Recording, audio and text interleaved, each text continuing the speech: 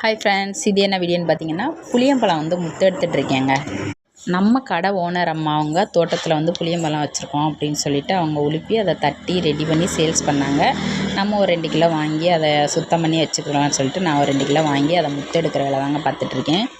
நம்ம போய் கடையில் வாங்குறது எந்த அளவுக்கு சுத்தமாக இருக்குன்னு தெரியாது. இது நம்ம கண்ணு முன்னாடியே அவங்க உடச்சி ரெடி பண்ணி சுத்தம் பண்ணி கொடுக்குறாங்களே, அதனால் சரி இவங்கள்ட்ட 2 கிலோ வாங்கி ஒரு 6 மாதம் வரைக்கும் நம்ம யூஸ் பண்ணிக்கலான்னு சொல்லி ஒரு 2 கிலோ வாங்கியாச்சு. முன்னாடி எல்லாம் பார்த்திங்கன்னா அம்மா வீட்டில் இருந்தே புளி, மிளகா, மல்லி, இந்த கேப்ப மாவு, கோதுமை மாவு, இடியப்ப மாவு, அப்புறம் முறுக்கு மாவுலாம் அம்மாவே அரைச்சி கொடுப்பாங்க.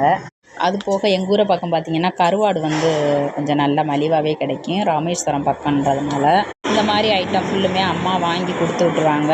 அப்புறம் நம்ம பாவாச்சிட்ட போனதுலேருந்து கருவாடு மட்டும் கொஞ்சம் சாப்பிட்றது அவாய்ட் பண்ண ஆரம்பிச்சிட்டாங்க. அப்புறம் பார்த்திங்கன்னா கொஞ்சம் கொஞ்சமாக நம்ம வீட்டில் விவசாய விலையும் கம்மி பண்ணிட்டாங்க. என்ன ரீசன்னா, அம்மாவுக்கு சுகர் வந்ததுலேருந்து விவசாயம் அதிகமாக பண்ண முடியலை அப்படின்றதுனால நெல்லோடு ஸ்டாப் பண்ணிட்டாங்க.